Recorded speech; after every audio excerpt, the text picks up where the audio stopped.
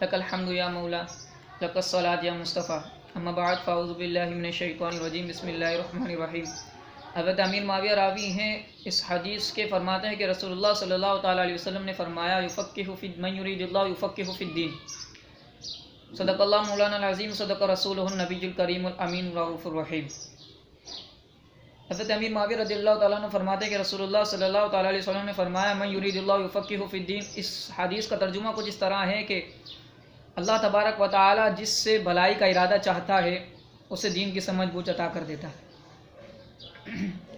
اب علم دین حاصل کرنا ہر مرد اور عورت پر فرض ہے، تو علم دین سیکھنے کی جستجو زیادہ رکھی ہے، اور ملکی حالات آپ کے سامنے ہیں کہ اس وقت ملک میں 5 بجے کے بعد تمام ہی سرگرمیاں اور کاروبار بند کر دیے جاتے ہیں اور لوگوں کو گھروں تک محدود کر دیا جاتا ہے۔ تو اس ضمن میں آپ فائدہ اٹھاتے ہوئے علم دین حاصل کریں، یا پھر اپنے بچوں سے کہیے کہ آپ کو صحیح قرآن پاک کا تلفظ کے ساتھ وہ پڑھنا سکھا دیں۔